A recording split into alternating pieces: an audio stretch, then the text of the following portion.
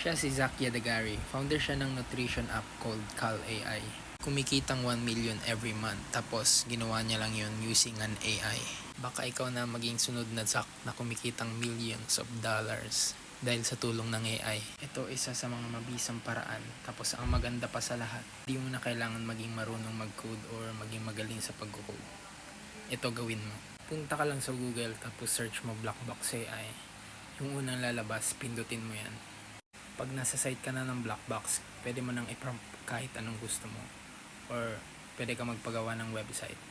Huwag mong kakalimutan click yung builder kasi dyan mo makikita yung mga features ng Blackbox. For example, gusto ko magpagawa ng web application and yung prompt ko is make me a website about selling shirts. For example, gusto ko magpagawa ng web application, then yung prompt ko is make me a website about selling shirts. Then after that, click mo yan. Then nahayaan mo na lang mag-code si Blackbox para sa'yo. After mo mag-wait ng ilang segundo, ayan na yung pinakode mo kay Blackbox AI. Yan na yung pinagawa kong website kay Blackbox. Try mo na rin, baka ikaw na rin ang sunod na maging milyonaryo.